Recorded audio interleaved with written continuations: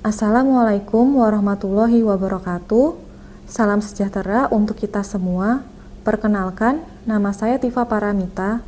Saya merupakan salah satu dosen di Prodi D4 Teknik Kimia Produksi Bersih Politeknik Negeri Bandung. Saya mulai mengajar di jurusan Teknik Kimia Politeknik Negeri Bandung pada tahun 2019. Pada kesempatan kali ini, perkenankan saya untuk menyampaikan pernyataan diri dosen untuk unjuk kerja Tridharma Perguruan Tinggi atau PDD UKT-PT dalam bidang pengajaran. Pada paparan kali ini, saya akan menjelaskan mengenai salah satu mata kuliah yang saya ampu, yaitu mata kuliah neraca massa. Alasan saya mengapa memilih mata kuliah neraca massa, yaitu mata kuliah ini merupakan mata kuliah dasar yang dapat dijadikan mahasiswa sebagai landasan untuk memecahkan persoalan dalam suatu proses produksi. Dengan menguasai neraca massa, mahasiswa mampu menentukan variabel proses yang belum diketahui berdasarkan data variabel yang telah ditentukan. Sebagai contoh, mahasiswa mampu menentukan jumlah bahan baku yang diperlukan dalam suatu proses produksi ketika data konversi dan persamaan reaksi yang terlibat diketahui. Neraca massa adalah mata kuliah wajib yang harus diambil oleh mahasiswa semester 2 dengan bobot SKS sebesar 2 SKS. Mata kuliah neraca massa membahas konsep-konsep dasar, asas-asas kekekalan, stoikiometri reaksi, besaran, dan satuan. Mata kuliah ini membahas terkait perhitungan dari semua bahan yang masuk, terakumulasi, dan keluar dalam waktu tertentu, baik proses tanpa reaksi maupun yang melibatkan reaksi kimia. Ada beberapa kemampuan yang diharapkan dapat diperoleh mahasiswa setelah mengikuti perkuliahan neraca massa. Di antaranya, pertama, dapat menghitung dan menyelesaikan persoalan stoikiometri, mengubah besaran dan satuan, dan mengubah satuan konsentrasi, serta memahami prinsip laju alir dan persamaan neraca massa tanpa reaksi dengan benar dan teliti. Kedua, dapat memahami elemen-elemen neraca massa dan variabel-variabelnya, serta mampu menghubungkan elemen-elemen dan variabel-variabel tersebut, seperti fraksi recovery, hubungan komposisi, dan laju alir, kemudian menghitungnya dengan benar dan teliti. Ketiga, dapat memahami prinsip derajat kebebasan sistem unit tunggal tanpa reaksi dan menghitungnya dengan benar dan teliti. Keempat, dapat menghubungkan dan menghitung persoalan-persoalan neraca massa unit tunggal dengan benar dan teliti. Yang kelima, dapat menghubungkan dan menghitung persoalan-persoalan neraca massa sistem multi-unit dengan benar dan teliti. Keenam, dapat memahami prinsip derajat kebebasan sistem reaksi dan menghitungnya dengan benar dan teliti. Yang ketujuh, dapat menentukan reaktan pembatas dan konversi reaksi. Yang kedelapan, dapat menghitung neraca massa pada sistem reaksi tunggal. Kesembilan, dapat menghitung neraca massa pada sistem reaksi jamak berdasarkan analisis derajat kebebasan serta reaksi jamak berlebihan dengan metode uji independensi persamaan reaksi spesifikasi independen. Kesepuluh, dapat menghitung neraca elemen pada sistem persamaan reaksi dengan metode matriks. Kesebelas, dapat menghitung neraca elemen dan neraca komponen pada sistem persamaan reaksi jamak. Pembelajaran dilaksanakan selama 16 minggu yang terdiri dari 14 minggu tatap muka dan 2 minggu ujian. Materi pembelajaran pada mata kuliah neraca massa meliputi 1. Konsep dasar, stoikiometri, besaran, dan satuan. Materi ini menjadi materi dasar bagi mahasiswa untuk menyelesaikan persoalan-persoalan neraca massa. Dalam materi ini, membahas mengenai bagaimana menuliskan dan menyeimbangkan persamaan reaksi, yang mana nantinya persamaan reaksi ini dapat digunakan untuk menentukan jumlah produk maupun reaktannya. Selain itu, materi ini membahas besaran dan satuan, hubungan antara besaran dan turunannya, dan konversi satuan. 2. Persamaan neraca massa sistem tanpa reaksi. Materi ini membahas mengenai konsep laju alir dan hukum kekekalan massa, khususnya untuk hukum kekekalan massa sistem tanpa reaksi, keadaan tunak dan tidak tunak. Yang ketiga, derajat kebebasan. Analisis derajat kebebasan dipelajari pada materi ini dengan tujuan untuk mengidentifikasi apakah masalah neraca massa dapat diselesaikan atau memiliki solusi atau tidak. 4. Persamaan neraca massa sistem tanpa reaksi unit tunggal. Materi ini membahas penyelesaian soal-soal neraca massa terkait sistem tanpa reaksi unit tunggal. Contohnya adalah unit operasi evaporasi tunggal. Kelima, persamaan neraca massa sistem tanpa reaksi termasuk recycle dan bypass. Materi ini membahas penyelesaian soal neraca massa sistem tanpa reaksi untuk unit jamak, termasuk yang melibatkan adanya recycle dan bypass. Contohnya adalah proses pemisahan dengan menggunakan 2 kolom distilasi atau proses pemisahan dengan menggunakan evaporator multitahap. 6. Reaktan pembatas dan konversi reaksi. Materi ini membahas bagaimana menentukan reaktan pembatas dari beberapa reaktan yang terlibat dalam reaksi. Reaktan pembatas inilah yang nantinya diketahui konversi reaksinya. 7. Neraca massa pada sistem reaksi tunggal. Materi ini membahas penyelesaian soal neraca massa untuk sistem reaksi yang melibatkan satu reaksi saja. 8. Neraca massa pada sistem reaksi jamak berdasarkan analisis derajat kebebasan. Materi ini membahas penyelesaian soal-soal neraca massa untuk sistem reaksi yang melibatkan lebih dari satu reaksi. Derajat kebebasan digunakan untuk mengidentifikasi apakah soal dapat diselesaikan atau tidak. 9. Neraca elemen pada sistem persamaan reaksi dengan metode matriks. 10. Neraca elemen dan neraca komponen pada sistem persamaan reaksi jamak. Jadi materi neraca elemen itu membahas mengenai penyelesaian soal-soal neraca massa untuk sistem reaksi yang tidak dapat diselesaikan dengan menggunakan neraca komponen. Sebagai contoh adalah reaksi pembakaran yang kita tidak mengetahui rumus molekul dari bahan bakarnya. Referensi yang digunakan pada pembelajaran neraca massa, pertama, Introduction to Material and Energy Balance, pengarangnya Riklaitis. Kedua adalah Basic Principle and Calculation in Chemical Engineering, pengarang Himmelblau.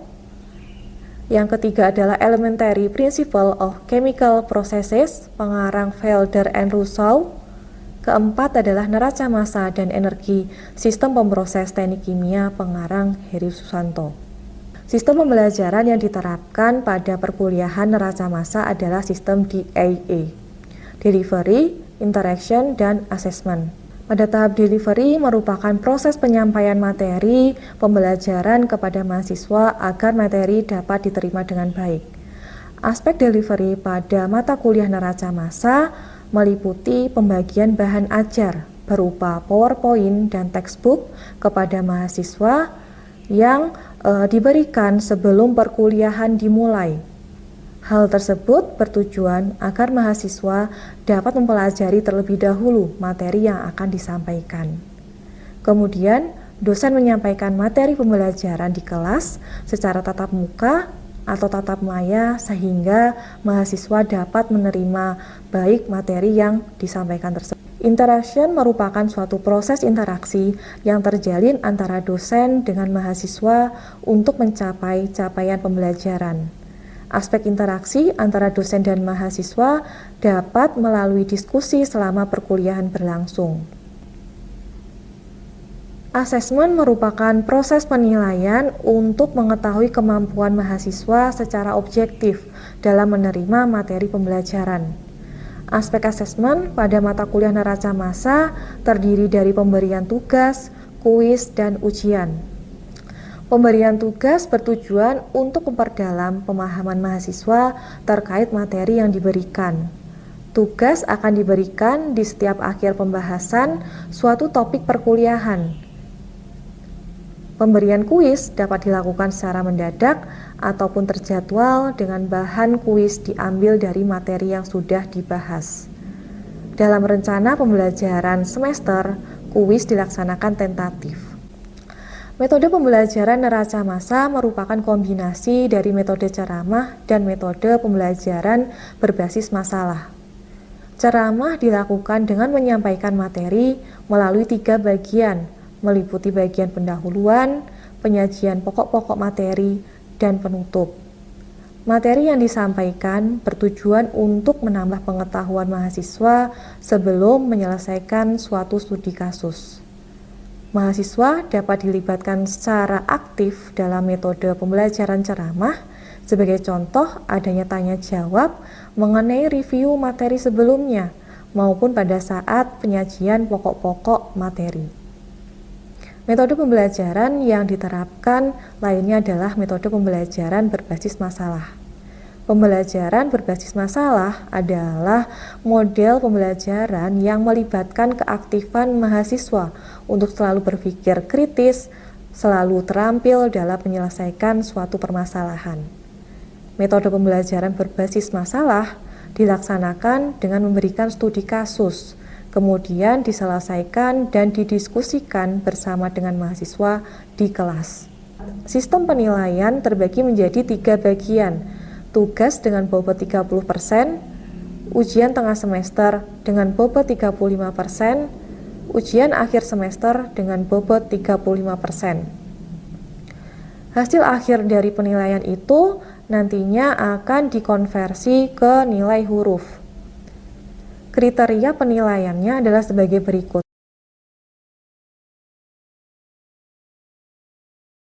Demikian deskripsi salah satu mata kuliah yang saya ampu. Selanjutnya akan ditampilkan cuplikan perkuliahan neraca massa. Selamat menyaksikan. Wassalamualaikum warahmatullahi wabarakatuh. Assalamualaikum warahmatullahi wabarakatuh. Waalaikumsalam warahmatullahi wabarakatuh. Bagaimana kabarnya? Semuanya sehat? Ya, alhamdulillah. Ya, jadi untuk hari ini kita akan belajar mengenai neraca massa pada sistem reaksi tunggal. Nah, sebelum kita memulai perkuliahan, mari kita berdoa bersama-sama sehingga diharapkan perkuliahan ini bisa berjalan dengan lancar. Berdoa mulai.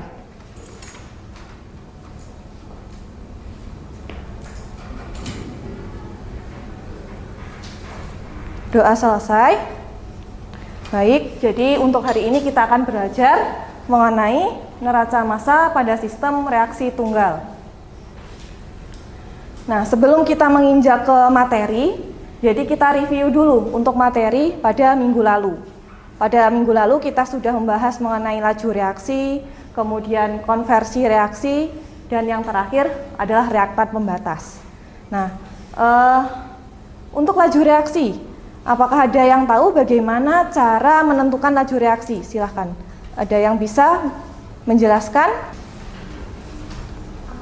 Ya, silahkan. Jadi kalau laju reaksi itu dilihat itu dari perbandingan antara laju produksi sama koefisiensinya gitu. Ya, betul. Ya, jadi untuk laju reaksi itu diperoleh dengan cara pembagian dari laju produksi terhadap koefisien stoikiometrinya. Nah, kemudian untuk mencari laju produksinya yaitu adalah N output dikurangi dari N input gitu. Nah, kemudian untuk yang poin kedua berkaitan dengan konversi reaksi, ada yang tahu pengertian dan rumus untuk menghasilkan konversi reaksi.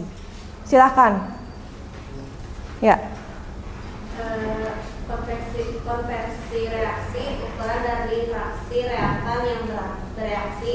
Rumusnya R sama dengan X sampel dikali in sampel per min rho sampel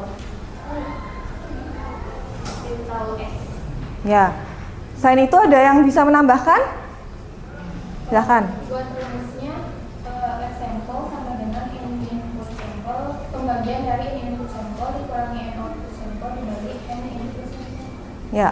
Jadi dari dua jawaban teman kalian sudah betul ya untuk rumusnya. Jadi ada dua rumus yang bisa digunakan untuk mencari konversi reaksi. Nah, sebelumnya pengertian dari konversi reaksi sendiri adalah seberapa banyak reaktan itu bereaksi gitu kan ya. Kemudian salah satu rumusnya adalah N input dikurangi N output dibagi dengan N input. Ya, seperti itu. Kemudian yang ketiga berkaitan dengan reaktan pembatas. Ada yang tahu bagaimana pengertiannya dulu kalau gitu? Yang belakang. Untuk reaktan pembatas itu reaktan membatasi terjadinya suatu reaksi antara zat satu dan zat lainnya.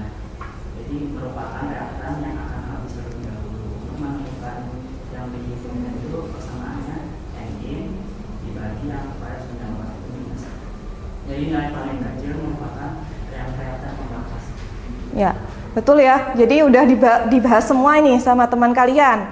Mulai dari pengertiannya dan bagaimana cara menentukannya gitu kan ya. Pengertiannya itu adalah reaktan mana yang paling cepat bereaksi habis gitu. Untuk menentukannya N input dibagi dengan koefisien stoikiometrinya. Nah, yang paling kecil nilainya itu sebagai reaktan pembatas. Dalam suatu umpan itu ada pengotor atau inert. Nah, itu termasuk reaktan bukan? Ada yang bisa menjelaskan? Jadi kalau ada umpan nih, biasanya kalau untuk proses pembakaran ada nitrogennya. Nah, itu termasuk reaktan bukan? Ada yang termasuk, ada yang bukan. Nah, kira-kira yang benar? Bukan ya? Karena tidak bereaksi. Jadi reaktan itu adalah senyawa yang bereaksi dalam suatu proses produksi gitu ya. Kemudian kalau inert itu yang tidak bereaksi. Nah, seperti itu ya, kita sudah membahas atau mereview dari materi perkuliahan minggu lalu. Jadi materi ini sebagai dasar kalian untuk menginjak di sesi ini gitu ya. Jadi kemampuan akhir yang diharapkan pada perkuliahan hari ini yaitu mahasiswa dapat menghitung neraca massa pada sistem reaksi tunggal. Jadi nanti kita akan banyak membahas soal berkaitan dengan sistem reaksi tunggal. Nah, untuk referensi sudah diberikan dari awal perkuliahan ya, jadi ada 3 buku yang kita gunakan. Salah satunya yang paling utama itu adalah Introduction to Material and Energy Balance, karangan Reklaitis. Oke, jadi di sini saya akan menjelaskan singkat gitu ya berkaitan dengan neraca massa pada sistem reaksi tunggal.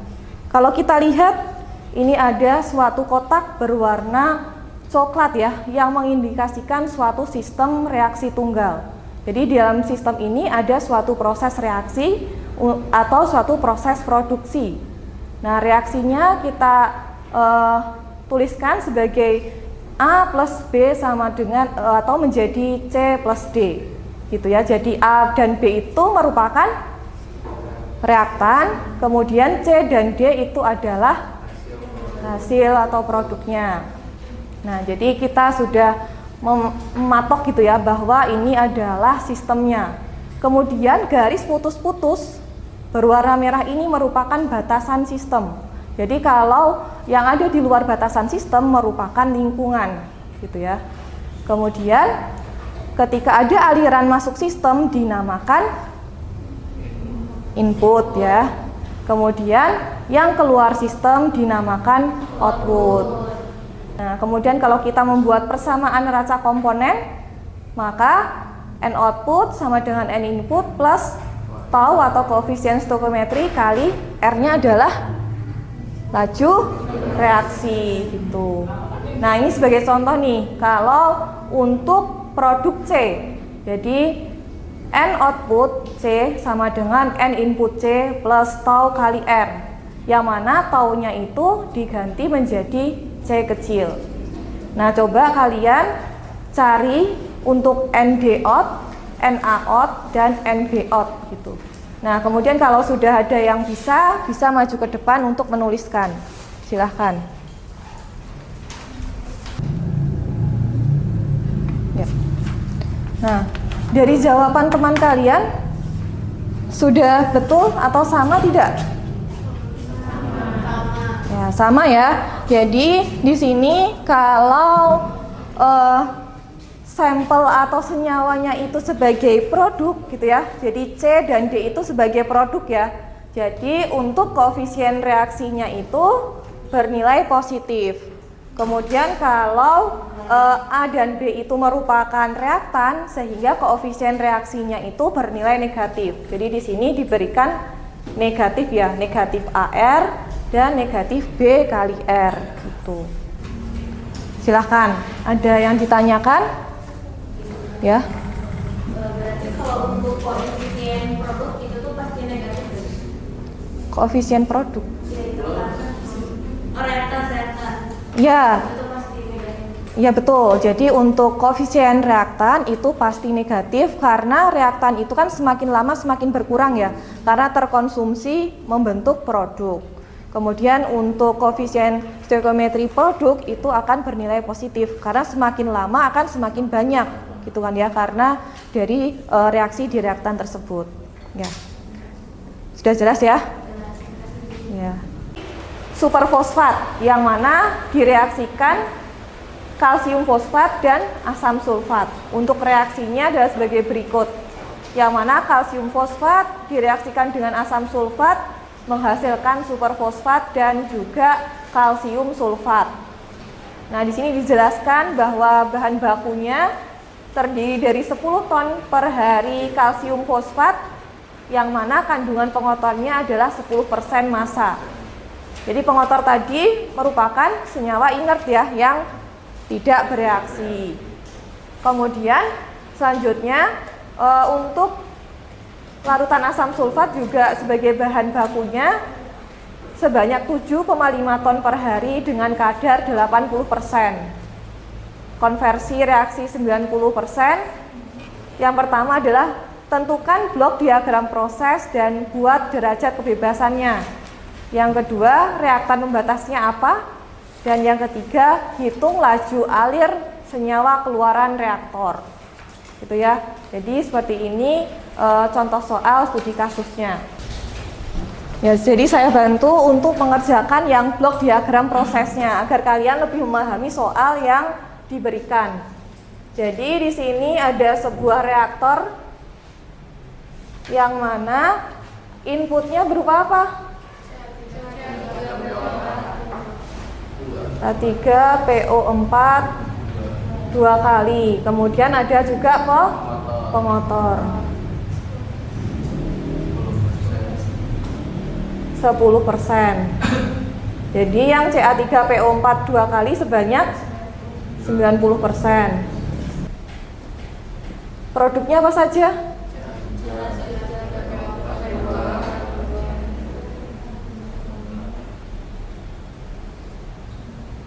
Motor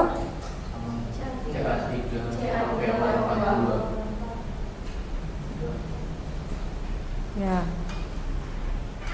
Itu ya. Kemudian yang diketahui lagi adalah konversinya ya. Konversinya sebanyak 90%. Tuh ya, ini adalah blok diagram prosesnya. Cari derajat kebebasannya ya.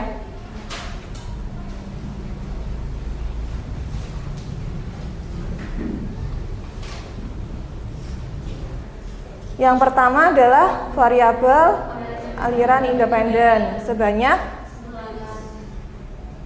berapa banyaknya? 11 ya, 10 plus 1. Plus 1 itu adalah koordinat reaksinya. Kemudian persamaan neraca independen sebanyak 6 ya. Ada 6 senyawa yang terlibat. Kemudian yang diketahui apa saja? Ya betul ya, komposisi dan laju alir. Komposisi dulu banyaknya berapa? 2. Laju alirnya 2. Kemudian hubungan pendukungnya 1. Sehingga totalnya adalah 0. Kalau 0 berarti bisa dikerjakan, betul ya. Nah, kalau positif 1 gimana? Positif, unspecified, tidak mungkin menyelesaikan semua variabel yang tidak diketahui. Betul. Kalau negatif 1? Negatif, ada pengulangan variabel atau persamaan dan tidak konsisten. Ya. Jadi kalau nilainya positif masih kekurangan data, sehingga perlu ditambah datanya lagi.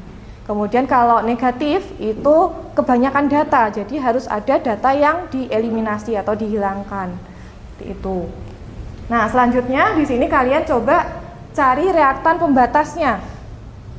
Silahkan, kalau ada yang sudah bisa, silahkan langsung maju ke depan. Ya. Jadi untuk mencari reaktan pembatas, itu ya. Itu adalah pembagian dari N input dibagi negatif taunya ya. Nah, jadi reaktan pembatas itu adalah yang nilainya yang terkecil ya. Jadi di sini yang menjadi reaktan pembatas adalah Ca3PO4 2 kali. Yang terakhir diminta menghitung laju alir senyawa keluaran reaktor. N output dari Ca3PO4 sama dengan N input sama ya koefisien reaksinya, koefisien reaksinya menjadi ya benar 10. Oke.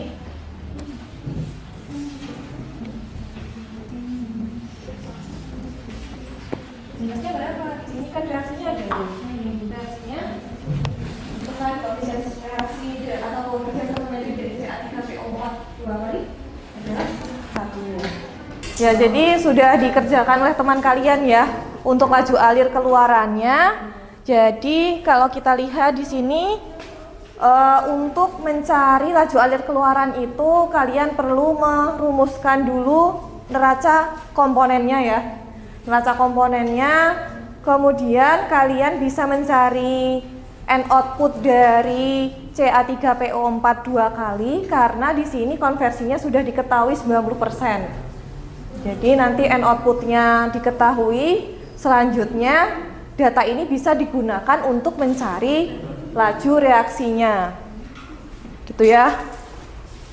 Nah, kemudian selanjutnya nanti ketika laju reaksi sudah diketahui, dengan menggunakan persamaan ini bisa dicari masing-masingnya. Seperti itu. Ada yang ditanyakan berkaitan dengan soal? Udah ya?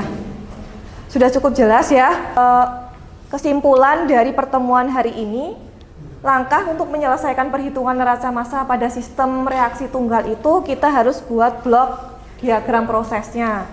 Kemudian menganalisis derajat kebebasannya ya. Karena kalau nilainya bukan 0, berarti soal itu tidak bisa diselesaikan gitu ya.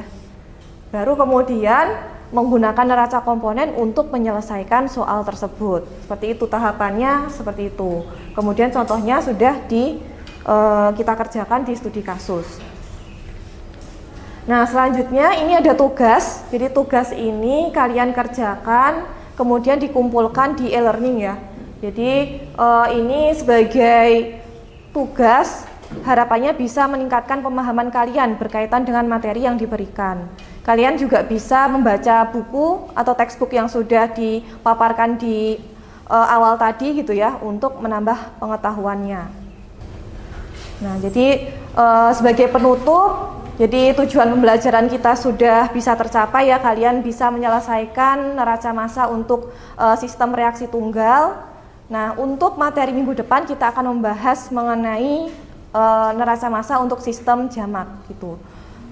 Saya akhiri pertemuan hari ini. Wassalamualaikum warahmatullahi wabarakatuh.